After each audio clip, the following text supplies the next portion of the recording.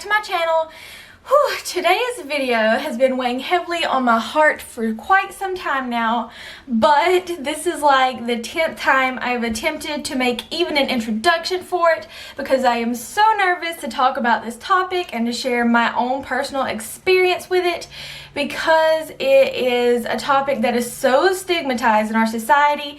It shouldn't be, but it is, and it causes others to view people differently when they know that they suffer from some of these issues. So I'm a little nervous that I'm going to change some perceptions on me today, but you know what? If it helps just one person to watch this video, then that is perfectly okay. So I want to start out with a probably TMI embarrassing story time of my mental health. So I am really an anxious person. Like, to this day, I'm extremely anxious, and sometimes I go through bouts of depression that I think basically stem from how tired I get of being so anxious over just absolutely nothing all the time. And this honestly goes back for as far as I can remember, and I have amazing long-term memory. So I am just going to tell you a couple of stories from when I was a small child suffering from anxiety. My poor parents had their hands so full with me. So when I was in kindergarten, I started at 6 years old, I believe. I used to cry every single day, all day. And it got to the point where they had to remove me from the classroom because I was so disruptive. It was going on way past the first or second or even third week of school. And they tried so many different things to get me to stop. They brought me to the library and tried to distract me. They would bring my brothers down from the high school and get them to try to calm me down. And then I remember finally what worked, because, you know, kid logic, is my mom would bring me a treat at the end of every day that I was calm.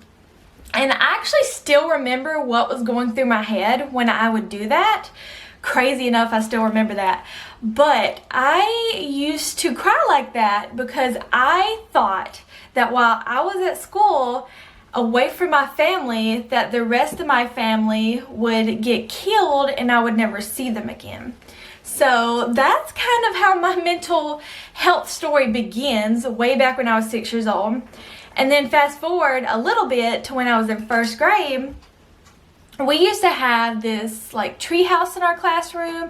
It was this cute like little room that you went up steps to get into, and it went past this big window that looked out onto the playground. And there came a point where I began being really, really afraid of bad weather. So I would go up on these steps every single day, all day, and I would look out the window and I would literally point to and count the clouds over and over. And if there was over a certain amount of clouds, or if they were like over a certain shade, I would just go into hysterics. I would freak out, and I'm sure it was very difficult to calm me down. And like I said, I was doing this all day, every day, and I'm sure it was really detrimental to my education. But apparently it was so detrimental to my classmates as well that the teacher ended up having to cover the windows completely. So because of me, we had a dark first grade classroom with no view. So that's how my mental health started out. I think that kind of proves that mental health is a lot in the genes, and that you can't blame people when they suffer with it. I remember my mom saying I was a really colicky baby, and I think back now and I'm like, maybe I was just having baby anxiety. So that's where my story begins. I think that the counting the clouds was actually the beginning of obsessive compulsive disorder, because it definitely took off throughout my teenage years, and it morphed, and I got different compulsions as I got different fears. But we won't go into that anymore because I'm getting a little embarrassed. But just know that I've always been what I refer to as a basket case. I refer to myself as that to kind of make light of the situation. But I have outgrown my obsessive compulsive disorder, thank God. but I cannot outrun this anxiety, you guys. And I don't need a reason to be anxious. It's generalized. Sometimes I wake up in the middle of the night having a full anxiety attack, and that is, let me tell you, the absolutely worst feeling in the world. But it came... Sorry if you hear Delilah, she's over there playing. But it came to a point where a couple of weeks ago, I just couldn't take it anymore, and I had like a full-on breakdown because I was just so tired of letting anxiety control my life, and I just like went totally crazy, like crying at my husband and just saying all sorts of crazy things, and he seemed kind of scared of me ever since, to be honest. He seems kind of afraid of my mental health. But honestly, I've been feeling a lot better since then. Sorry, I had to go give the baby some more toys, so hopefully she would quit screaming in the middle of my very serious video. Anyway, so I decided right then and there that it was definitely time for me to take some serious control of my mental health, because I just couldn't live like that anymore. And I have made several very minuscule changes in my life since then, and I'm making sure to stick to them, and honestly, I am feeling like a brand new woman. So I kind of want to share what I've been doing to hopefully help anyone else who is dealing with anxiety or depression or just any kind of mental health issue that they feel like maybe they can somewhat control on their own. Now, I still get anxiety, of course. I really can't stop that. But I was where I would get anxious, and then I wouldn't know why I was anxious, and I would try really hard to figure out why I was anxious. So I would get anxious that I was anxious, and it would just keep spiraling out and out of control until I was just absolutely hysterical. And I'm starting to realize that I don't need a reason to be anxious, so there's no point in like diving into my mind to make myself more anxious trying to find out the cause of my anxiety. I just accept it. I'm like, I'm having an anxious day. It's fine. So that's basically the first thing I've changed, is I'm trying to accept the fact that yes, I'll be anxious sometimes for no reason, and I'm not sick, because I do get physical symptoms from it, and sometimes I go to Dr. Google and I start diagnosing myself, and then I think I'm sick and I start spiraling about that. No, it's just anxiety.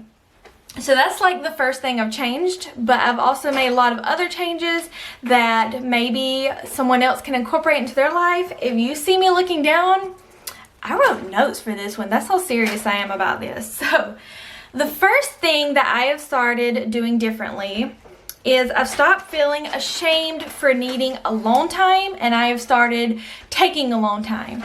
Now, I had gotten to a point where I wasn't even getting showers as often as I should, because I felt so bad having my husband watch his own daughters, because he works so much, and I feel like my job is to raise these girls because I stay home. I'm lucky enough to be able to stay home because he provides for us.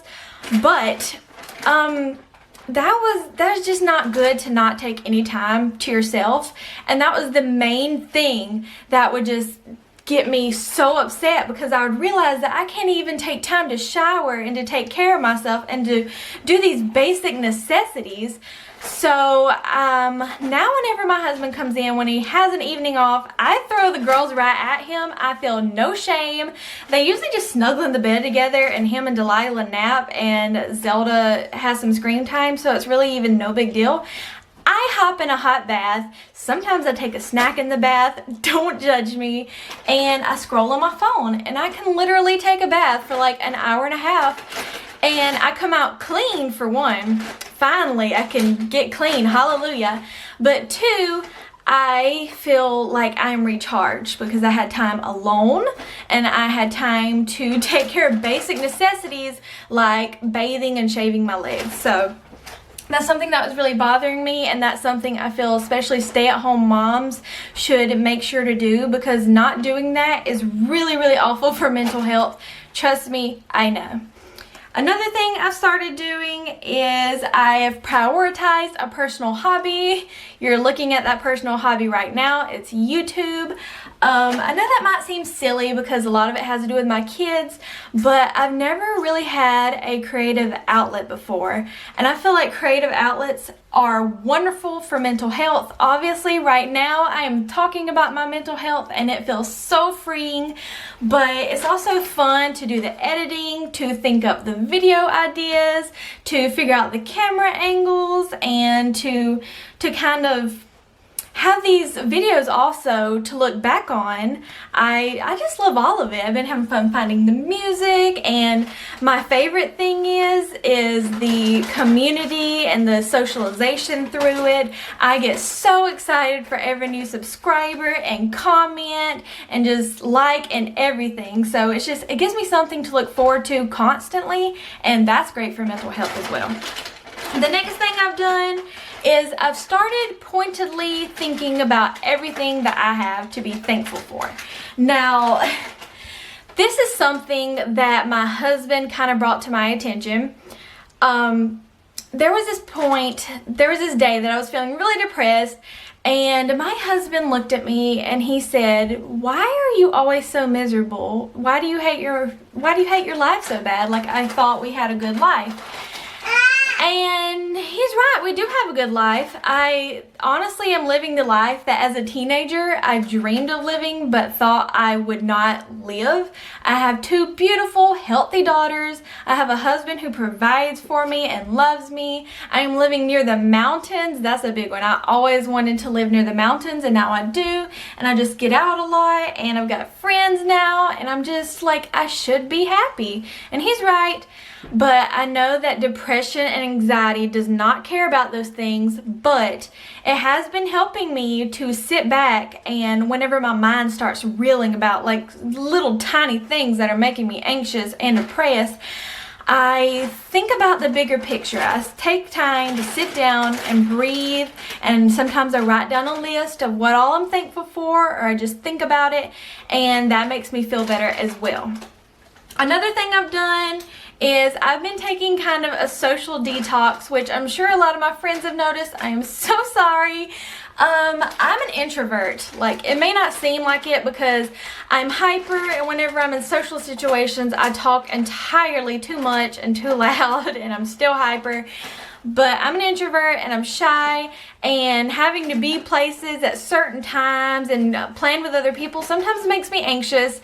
And I do love hanging out with people, but sometimes I just need to step back for a little while and get a hold of myself and get myself in a good mindset again so that I can become social again. That probably sounds a little crazy, but yeah, I've been taking a social detox and just hanging out with my family, prioritizing my family first.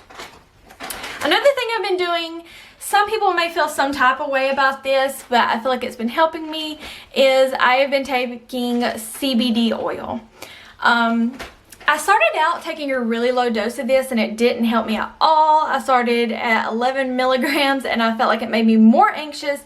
But it works for my husband, so he's been taking it and he bought some more 30 milligram, and I feel like the 30 milligram really does work for me. I've noticed a difference since I've started taking it and just not getting anxious so often. I usually take it kind of toward the morning and kind of toward the evening, and that's been helping me. And while we're talking about natural remedies, I also like chamomile tea. Chamomile tea is amazing. Sometimes when I get anxious, like I get that terrible butterflies in my stomach feeling. It drives me crazy. I can't stand it. Sometimes I feel nauseous when I get anxious. Like I can get anxious over something really tiny and go full-blown nausea. And chamomile tea actually helps those symptoms of anxiety as well. So if I'm feeling like that, and if I'm just anxious in general, it just makes me feel calm and makes me feel not sick. So that is a double win, and I like the warmth of it. It further calms me. Another thing is, I gotta turn the page. This is a big one. I stopped expecting myself to be perfect. Now, I've always tried to be a perfectionist, but I've fallen short of it. And I really beat myself up about this. Before I had Delilah, I used to make sure our entire apartment was sparkling before my husband got home. I would wipe down all the counters, I would clean the toilet, I would scrub the tub, I would clean all the floors, make sure there was not one piece of trash, make sure there was no evidence that we had any fun that day. And you know, my husband really doesn't care how clean the house is. He's one of those people that doesn't see mess, which sometimes is really annoying, but it's not like he comes in and is like, what have you been doing all day? Why haven't you cleaned? It was like to a point where he was like, did you guys like do anything fun today, or have you been cleaning all day? Because after I got the house clean, I wouldn't let Zelda play because I didn't want her to make a mess. It was just crazy. I made myself anxious. I think it made me into a bad mom. But Delilah is wild and into everything, and you've heard her yelling. So there you go. Right on cue, honey. So I've kind of had to step back from that.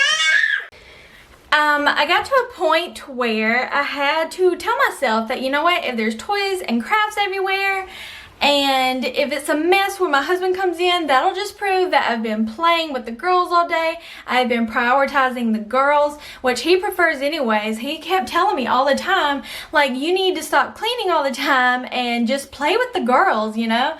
So that's what I've been doing lately. I've finally started taking his advice, and my mom also has always been like, babies don't keep, you know, this will be there later. So I have been finally coming around to that advice, and it has been so amazing. I don't keep like a completely disgusting house or anything, but I don't just like drive myself crazy like making sure there is not one speck of dust on any surface either. So another thing I've been doing is I have been watching ASMR videos.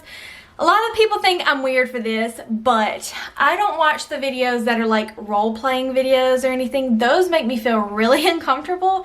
I just like certain makeup videos, and like, I don't know, the way that certain people speak has a calming effect on me and has an ASMR effect on me. I don't like the like tapping and crinkling and stuff that much, but I just watch videos of people that make me feel relaxed. I like to watch a lot of crafting videos and makeup videos just for relaxation, and I used to think that that was a waste of time, but now I've been telling myself that nothing that aids in my mental health and my relaxation is a waste of time. And let me tell you that not only have I been feeling better since implementing all these very small changes, but I've noticed I've had way more patience with my children and my husband. My husband, I feel like whenever I'm miserable, my husband's even more miserable because I am afraid to take it out on him. So I needed to take control of my mental health so that he would be happier, the kids are happier. It's not just me. So this is not a selfish thing. It's never selfish to prioritize yourself if that means that you are improving your mental health. It literally improves the lives of everyone around you, especially if you're a mom, especially if you're a wife. It's very, very important. So I hope that someone out there got some tips from my video that will help them. I hope that hearing my story made someone out there feel better, because I was terrified to make this video. It took a lot of talking myself up all morning. So yeah, I hope it helped someone, and if it did, please don't forget to leave a like, comment, and subscribe.